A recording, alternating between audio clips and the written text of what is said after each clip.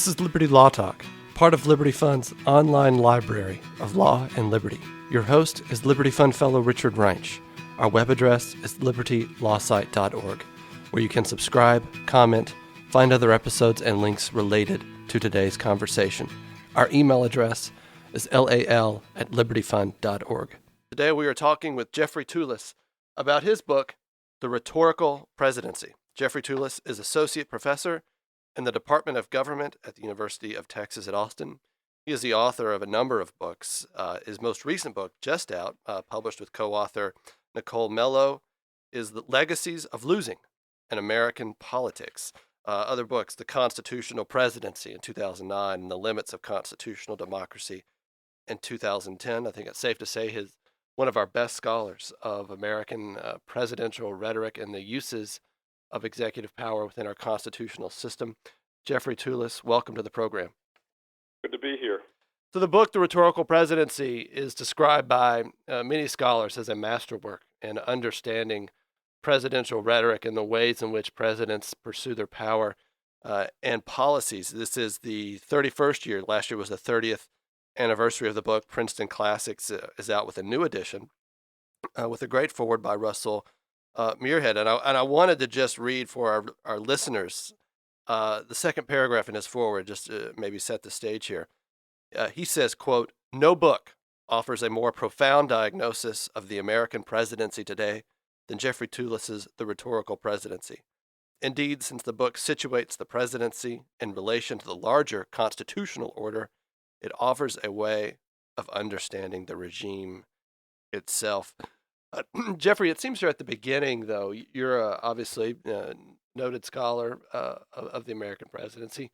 Your your assessment of the presidential rhetoric of Donald Trump as he completes his first year in office.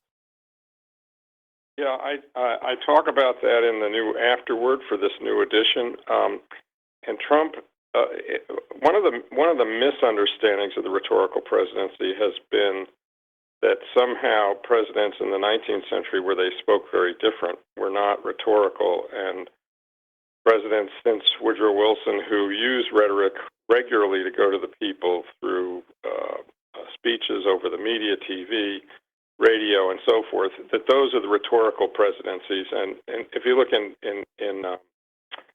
encyclopedias that have now picked up the rhetorical presidency, some of them define it as this sort of modern period. When I had picked the book to capture the whole thing. So rhetorical presidency has changed, but there's a certain sense in which it's always been in some way rhetorical. But what's interesting is that this common view of the book, again, a slight misreading, suggests that somehow the older way was good and the new way, since Woodrow Wilson, in which presidents regularly give speeches, was bad. And again, it's more complicated than that. And this is all a big preface to your question, because in Donald Trump we have all the fears of the rhetorical presidency that I think may be overstated with respect to previous modern presidents come true in Donald Trump. He is, in fact, every worst attribute of the modern rhetorical presidency with none of the good attributes. Now that's a very interesting observation, a loaded observation. Could I ask you, what do you mean? In what ways is he the fulfillment of that? Because I see it, and I think you argue this in your afterword. Right. Ronald Reagan was a master communicator. That's widely known, and very proficient at using the arts of, say, television to go beyond, say, what many regard as a rather hostile media. Donald Trump, though, uses social media, and in particular Twitter, to go beyond his critics in the media. Is that not rather a continuation of the rhetorical presidency, or rather what makes Trump so bad? Yeah, it's a continuation, but such an intensification as to be an unmitigated problem. So to take your example of Ronald Reagan, Reagan really did, in many ways, as you suggest, push the boundaries of modern practices some, and he was, as you suggest, actually very good at communicating to the extent that he was persuasive. But Ronald Reagan, like all modern presidents, actually toggled between a more traditional conception of the office, one that actually pays heed to the architecture and norms and ligaments of the office in which the president, the office that the president inhabits. He paid homage to that at the same time that he would, as it were, step out of it or push its boundaries with respect to the rhetorical appeals. So all modern presidents, including Ronald Reagan, you could say toggled between the modern rhetorical effort to get beyond, say, over the heads of Congress, or in the case of Trump, even over the heads of the media itself, toggled between that and using, in fact, the resources of the office to enhance their persuasiveness. So Reagan had an understanding of the office. Trump really does not see the office as anything other than a set of personal resources, and his use of rhetoric is not only connected to his own personal ambitions and personal desires, but it's taken on a kind of exaggerated perversity that we've never seen. Well, I shouldn't say we've never seen. The closest that we've seen anything like Trump is actually in the 19th century, in the presidency of Andrew Johnson. Andrew Johnson was the only president, the only sitting president about whom it could be said he was a thoroughgoing demagogue. He wasn't, however, elected, and he left office in disgrace, impeached, and escaped conviction by one vote. Every one of his proposals was defeated in Congress. Congress's competing proposals were passed over his vetoes, including amendments to the Constitution. And so there was incredible institutional pushback and constraint on Andrew Johnson. Yeah. But he was a demagogue, and in fact, one of the articles of impeachment for Johnson, which was actually not voted on in the Senate, but was voted on in the House, was for his bad rhetoric, for his demagogic rhetoric. Now that sort of harkens back. I mean, I think hearing this discussion of Donald Trump and now Andrew Johnson, though, to your first chapter in the book, which is aptly called The Old Way, and Right. You address what the founders were concerned about when it came to political power generally, but executive power more particularly. And demagoguery was one of those concerns, and that sort of sets the stage for what you call the common law, quote, that regulated how presidents were expected to make appeals for their power in office.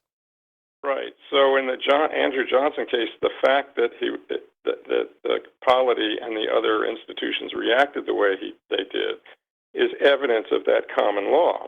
In other words, it was simply thought unacceptable to be the way he was. Now that's a long wind-up to say that the problem that we face today is that there is not as clear an institutional and cultural pushback to the unacceptability, which in some ways is as outrageous or more outrageous than Johnson in the rhetoric of Donald Trump. Why do you think that is? There isn't pushback, or that his rhetoric is so bad? Well, take your pick. I think that there isn't pushback as you see it. How do you account for that? Well, part of it is the change that this book is describing over these more than 2 centuries, such that those 19th century norms don't have the same power and resonance that they had in the 19th century. So while they had some before Trump, they were eroded. There was this growing sense that the very core of the presidency was popular leadership, not an adjunct to or an assistance to the presidency, but the core of it. So that sort of set the table for a new kind of demagogue before one, in fact, emerged. The second aspect of it is Trump's, demagogic skills, you might say. He really is, and this is really unlike Andrew Johnson. He's really the first sort of Orwellian demagogue. I mean, I talk about this some in the afterword. What is puzzling, should be puzzling to most people, is given that I've just said that there's some norm erosion already before Trump, how is it possible then, as I think most people would agree, that any candidate, or for that matter, any president previous to Trump in the modern era, who had said any one of the hundreds of outrageous things that he said would have suffered really grievous political harm for that, either not been a viable candidate, because we can think of, or not a successful, or hounded out of office or something. We can think of all sorts of examples of presidential candidates who did things that were gaffes that were nowhere near as outrageous as what Trump has done, but that cost them office. Howard Dean sort of roar. I don't know if you remember Howard Dean. Oh, I remember that very well. I was watching it. All right, and he was over after that. Ed Muskie's appearing to possibly cry in defending his wife. And we can just go on of episodes, and particularly utterances that were considered gaffes or that were just devastating. And one would have, in fact, the original primary opponents to Trump assumed that that was going to happen to him, and it didn't. And the question then becomes why. And the answer is actually connected to an odd insight that he had, which is that if he intensified or doubled, tripled, or quadrupled down on the gaffes, they actually became successful instruments for him rather than disabling factors. So in the afterward, I describe this as a three sort of step process. He has a profusion of such utterances, so there are many of them. So they sort of get not exactly canceled out but diluted by virtue of the profusion of them. He repeats them over and over again.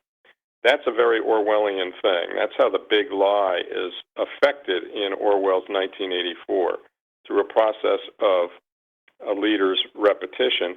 And then finally, he projects them. So he anticipates his own vices, say corruption or whatever it is, and then projects it on his opponents. So instead of him being corrupt, Hillary's corrupt. Instead of him being a liar, she's a liar, and so forth. Or other enemies, whether they be his primary opponents or his opponents in the Senate or the special prosecutor or his own attorney general or whoever. I think, too, it's interesting, and I don't disagree with anything that you're necessarily saying. The journalist Selena Zito coined a phrase that a lot of people have repeated, which is one learns to take Trump seriously, but not literally. And I've always thought that had resonance because there's also, and I don't want to take us too far afield, it seems to me there is a background of, his rhetoric launching him forward in part because the current ruling class, bipartisan, seems to have failed on some crucial things, and the American people sensing this, and enough of them sensing that Trump, all of these flaws, might be their guy, and in a way they sort of like his bruiser tactics. Well, the question is, who's the they? Who's the they? Well, those who voted for him, I would think primarily. Yeah, but I mean, it was a much closer election than he gives you to believe. Well, it was an election I don't think anyone, including Donald Trump and his advisors, thought he would win, which is interesting in itself. Right? Yeah. So, by the way, I want to go back and just a history lesson here because I think it's, and I really enjoy. Can we pause on this seriously, literally point for a second? Sure. Go ahead. Yeah. Because I think that's actually part of the problem. He has succeeded by persuading people to take him seriously. Another way to read that is to say, literally, the stuff may be refutable or wrong or a lie, but behind it is a message that is worth attending to. And if that's what you mean, one emboldens this. And so there's a sense in which he needs to be taken more literally and less seriously. So now, if you mean only by seriously that one has to worry or be wary of or be on one's guard or resist or something like that, well, seriously certainly is the appropriate word there.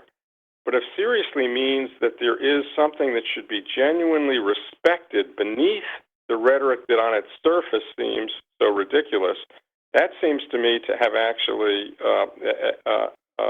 exacerbated the problem rather than contended with it.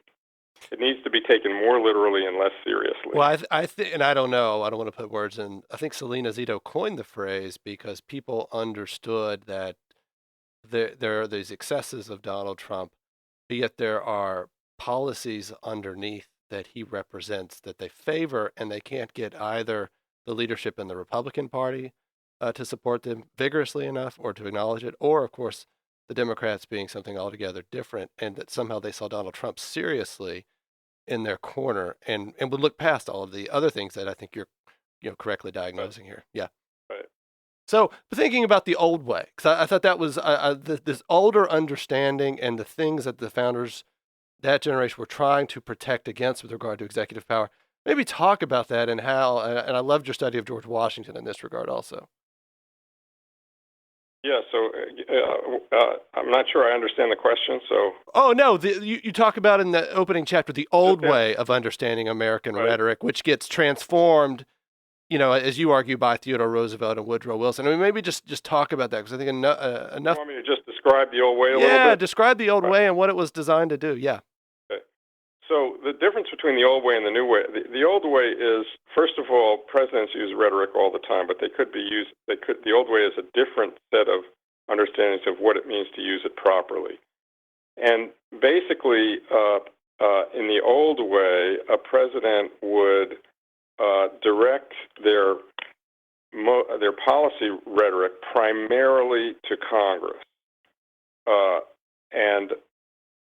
and that most of that rhetoric directed to Congress, but not necessarily all, but most of it would also be written. So policy rhetoric would be written and directed to Congress. Now, that didn't mean that it was secret. It was public, so it could be read by anybody. But it was understood that the principal audience was the Congress, so it was written for that audience, though maybe visible to all. Whereas popular rhetoric, that is rhetoric that was actually designed with the populace in mind, had a different character than it does today. It was about constitutional issues or constitutional principles. It was sometimes about the broad direction of the administration's policies without the specific policy proposals.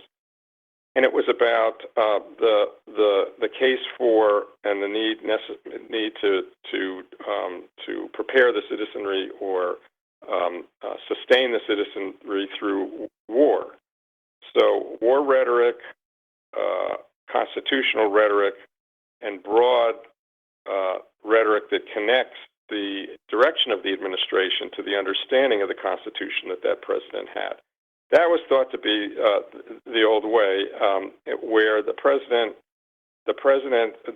most of what we think of as presidential rhetoric today, which are arguments for specific policy initiatives, that those would not be principally designed to appeal to popular passions, and they wouldn't be the subject of ongoing political campaigns, because, of course, early in the 19th century, presidents didn't even do political campaigns on their own behalf. Others did.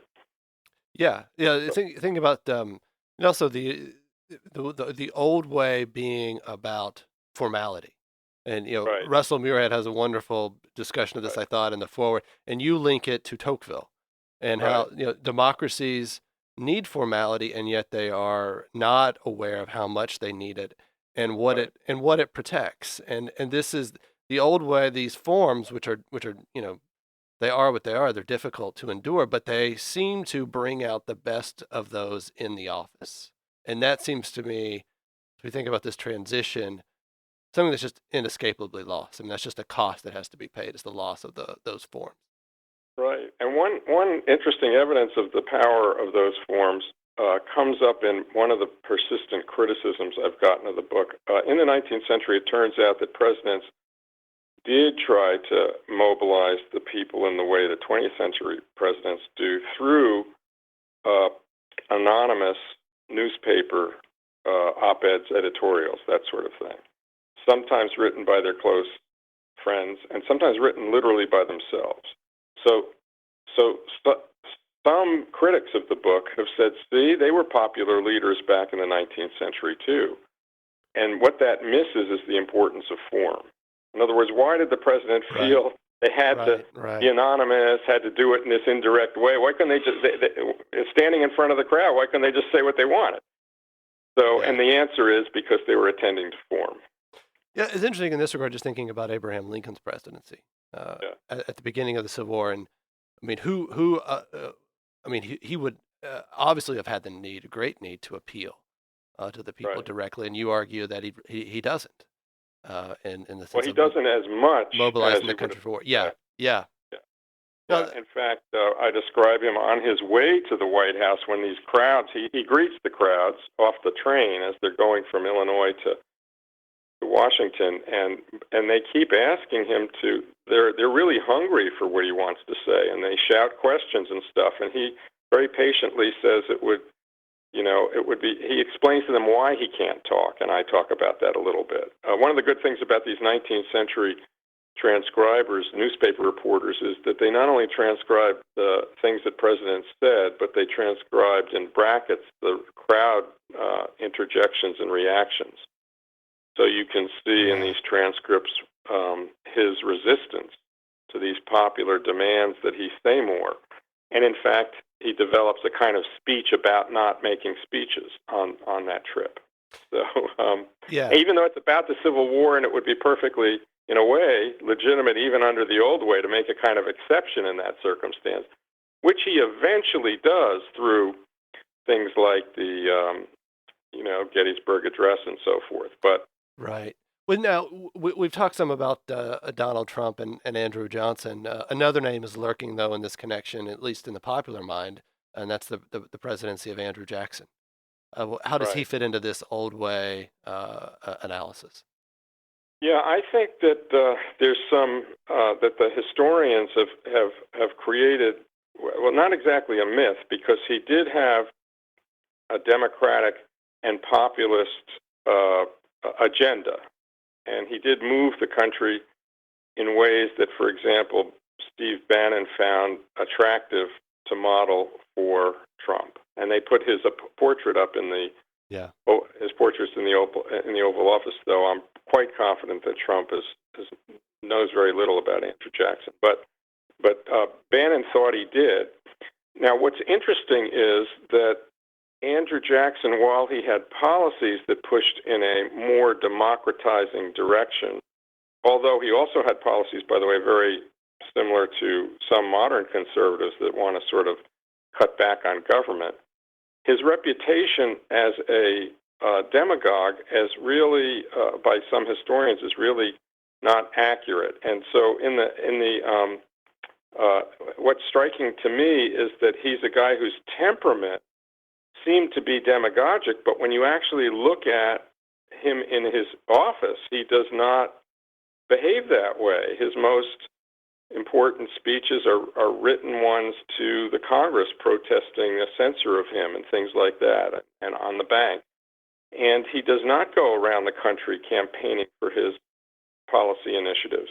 In the afterward, I contrast his inaugural address with Trump's, because you wouldn't one from Bannon's description, you would have thought they would have been similar, but in fact, Jackson's inaugural address is a very elegantly crafted address of relatively few paragraphs that gives the listener some sense of how he interprets the oath of office he's been taking.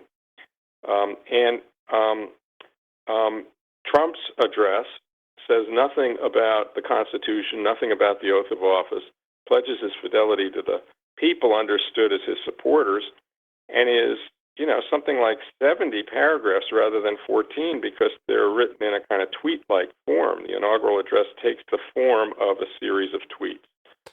So Andrew Jackson actually turns out to be a really good exemplar of the old way, in that he was a man whose temperament, maybe a person like Bannon was right to say is similar to Trump, but whose temperament was very much cabined, you might say, and schooled by the forms and formalities of the time. Interesting. You have a discussion in the Federalist Papers throughout the book And, one understanding of executive power in the Federalist Papers, apart from the numbers of the series in the Federalist Papers devoted to executive power, is the idea of auxiliary precaution, and Right. and that you have one branch closest to the people at times overheating, and at that time it's the job of the president uh, to temper that with a veto maybe or in other ways, and that is to actually stand guard Right. over the Constitution. And as I read your book, that stuck out in my mind as the thing that just sort of gets lost as we move into this new realm of presidential rhetoric. That the president now understands himself very democratically to be a part of the people, to be a part of this process in an aggressive way, and constitutional forms and procedures and norms that they are there to protect seems to fall by the wayside, or am I think overly that's gloomy in that regard? Yeah. Yeah, I think that's an excellent point. That not only, I think the point you're making is not only were they at one time constrained by these constitutional practices, norms, customs, and so forth, but they saw themselves as the custodian of them for the country more, and so that they had to have a much more active role. That was part of what it meant to be president, and that is certainly that withered some in the 20th century, but it's really dead in the current administration. I mean, that's the really sad thing. There's absolutely no sense of that piece of it. Well, I think about Barack Obama, the pen and the phone, as a way in which of making law, making rules apart from any sense of a need to work or compromise with Congress. I mean, it seems to me in a lot of ways too, it's hard to understand Trump. Or one can understand Trump when one thinks about the use of executive power, both under Obama and under George W. Bush. I think Obama is quite distinct from Trump because in Obama's case, you might remember he started to try and be what he called a post-partisan president, which he didn't put it this way, but could be one that's modeled in some sense on George Washington. He tried that at the beginning. He was, as you know, Mitch McConnell and others announced before he had proposed anything that they would oppose whatever it was just because it was his, and not because they necessarily disagreed with it. And Tom Mann and Norm Ornstein have written a book. It's even worse than, you know the book, It's Even Worse Than It Looks? I haven't read it. Yeah, anyway, in which they develop a notion of hyperpartisanship. A lot of people focus on polarization, but what's interesting about hyperpartisanship is it's a kind of partisan who is so focused on only defeating the opposition and achieving office that one is willing to sacrifice one's own policy goals. So they describe a whole series of largely unprecedented changes during the Obama administration in which the polarized and hyperpartisan Republican Party opposed policies that they themselves had previously advanced when Obama himself said he would advance them on their behalf. And so they have a couple famous examples from McCain, who he had run it against. Obama put in the hopper a piece of legislation McCain had previously introduced, and even McCain opposed his own previous initiatives. It's interesting. Are you there? Yeah, no, it's interesting. Just thinking in that regard, though, the ways in which Obama understood the use of executive power, particularly in his second term, seemed to me he was openly acknowledging. Right. Exactly right. In the second term, he became very partisan, and his justification for that was what I've just been describing. Yeah. So he actually had a kind of constitutional defense of what appears to be an extra constitutional move. That is, he's repairing a defect. I've written about that. There's a guy that was at Regent University. What would be the defect? I mean, is there some sort of constitutional requirement that Congress is supposed to work with the president? The defect is I mean, in the sense that the defect in Congress is that Congress is not supposed to be a simply partisan body. For example, the Speaker of the House, which now is the head of the majority party, can be elected not even from a congressperson. You could have somebody from outside of Congress, and yet the Speaker of the House wedded to the majority party. Now they've developed such rules. Again, only the Republicans in this instance, the Hastert rule, which says we won't even bring a bill up that could secure a majority support in the Congress as a whole if it doesn't have a majority support in the governing caucus. Well, that is a problem. That is a constitutional problem for separation of powers. No, I would acknowledge that. We're thinking about the old way. How did it lose out? Why did it lose out? In what ways? Well, it didn't entirely lose out, is what I want to suggest. So Okay. One of the arguments of the book is, if you mean by lose out, it recedes in public and civic consciousness.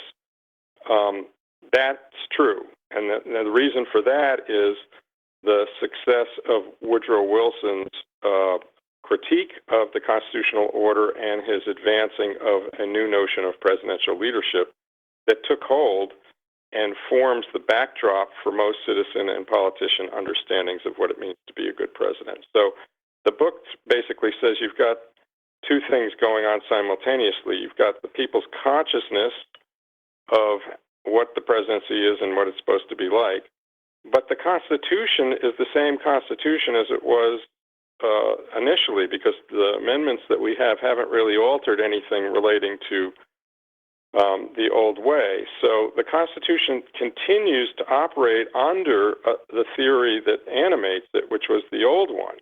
So one of the central theses of the book is that the modern presidency is, as it were, caught between the layers of the old and new presidency, because they both operate. And that's why presidents are toggling between them. And so that's what we began our conversation by saying what's so unusual about Trump is there is no toggling, and he acts as if in a way that actually ignores and overrides any continuing effect of the Constitution. Theodore, he acts as if it's not there. Yeah. So you in particular note Theodore Roosevelt and his campaign for the Hepburn Act, which is the need to regulate railroads and to delegate power to the Interstate Commerce Commission. And you note he has this understanding of himself. He is now going to exceed the common law of the regulation of how presidents appeal for their policies. But he argues he is doing this in the name of protecting the Constitution. Talk Right. about that. That's interesting. So, as many of your listeners may know, that at the time that Teddy Roosevelt came to the office, around the turn of the century, was a time of great economic transition worldwide. So that's the beginning of the Bolshevik Revolution and other such real serious critiques and attacks on capitalism.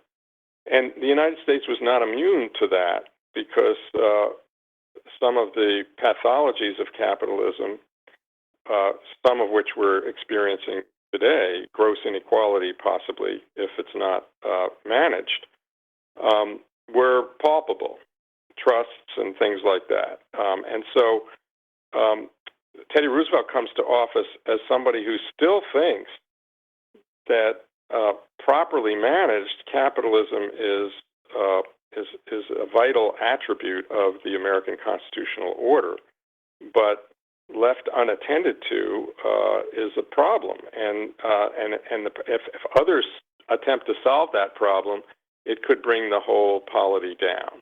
That's his. So this is for him a major point of inflection for American political development. And so he thinks that the potential crisis is so grave that it merits unusual acts of presidential leadership to rectify it, and that includes breaking the norms of leadership in order to advance these policies that were our original sort of regulatory state policies. Trust busting, railroad rate regulation is the one that I discuss in detail in the book, in which he gives an actual campaign tour around the country to build up support for this piece of legislation in the Congress to regulate the railroads, which is something that presidents hadn't done before. Do you think his assessment of a crisis is accurate, or is it the case that one throws out a crisis in order to justify breaking of these norms that protected constitutional liberty? Right. It's certainly the case that I say in the book that presidents since Teddy Roosevelt do exactly what you say. They understand the rhetorical power of crisis, and therefore they either, if they don't engineer crises, they rhetorically describe things as crises that maybe are not, and that has obviously a big problem because we lose over time the ability to distinguish between genuine and spurious, or we are skeptical about the genuine because we think they're all spurious. So that's a big problem, and just the way you say. Now, whether that was true of Teddy Roosevelt is a more debatable point. I think my view is that he did diagnose a genuine crisis. So talk about, I mean, this is interesting, I thought, the Theodore Roosevelt and the Woodrow Wilson, maybe in my mind, another example related. Though this idea that, I mean, Theodore Roosevelt, a different episode, the speech he gives in Kansas, the well-known speech, I'm blanking on the name of the town, starts with a P. Is this something to the effect of the Constitution cannot stand in the way of, I don't think he says human rights, but something like that, rights of the worker, labor rights, etc. I mean, I guess that's sort of the thing I'm thinking about when I think of Theodore Roosevelt and the use of rhetoric. That was a speech after he was president, right? And when he ran later on, after he was out of office. Yeah. So there are really two Teddy Roosevelts. There's the Teddy Roosevelt through the term he actually served, and then there's the later Bull Moose Teddy Roosevelt. And so Gene Yarborough has written a book very critical of Teddy Roosevelt from a kind of libertarian perspective. But my only dispute with it is that the best parts of the argument against Teddy Roosevelt from that perspective are what he has said after he was actually president. Yeah, I've always understood the two Teddy Roosevelts, but I've also understood the second one to be really building on principles in the first, just extending them out. Well, maybe, but I think in the first case he did what I suggested, which is, for example, he argued that this was a kind of temporary emergency move rhetorically and politically to solve a particular crisis, not the beginning of a new practice for the presidency. Secondly, I think that his argument about what might be called managed capitalism really just was that. It was a very more moderate argument than the kind of progressive arguments that he makes afterwards. Okay. I mean, that's an interpretive debate one could have, but that's my view. Yeah. So moving forward, I mean, in thinking about your arguments, Theodore Roosevelt, and we have Woodrow Wilson, who makes any number, take your pick, criticisms of the founders' Constitution and of their political science, FDR, JFK, LBJ, thinking about, I mean, this really is sort of a transformation of executive power in the 20th century that begins with Teddy Roosevelt, and we now have the new way of thinking about this. And so what do you think we have gained positively from this change? Well, I think it turned out that the general principles of the old way included creating an office that provided the possibility of energy in the political order. So the Federalists go on and on about providing an energetic executive and providing energy to the constitutional order as a whole. And also leadership in the sense of the ability to coordinate and lead an increasingly complex commercial republic. And so one of the arguments that is reasonable is that the original Constitution did not actually provide as much energy as was required, as the system that it generated required, and that becomes more clearer in the 20th century as our engagement in the world and the complexity of our own domestic arrangements becomes more palpable. So the many attributes of the presidency that are new in practice and new, as it were, on the ground could arguably be, thought to be extensions of the deeper principles of a commitment to energy and coordination and so forth, and unity in the executive and all that sort of stuff. All the arguments that justified that support many of the practical innovations of the presidency in the 20th century.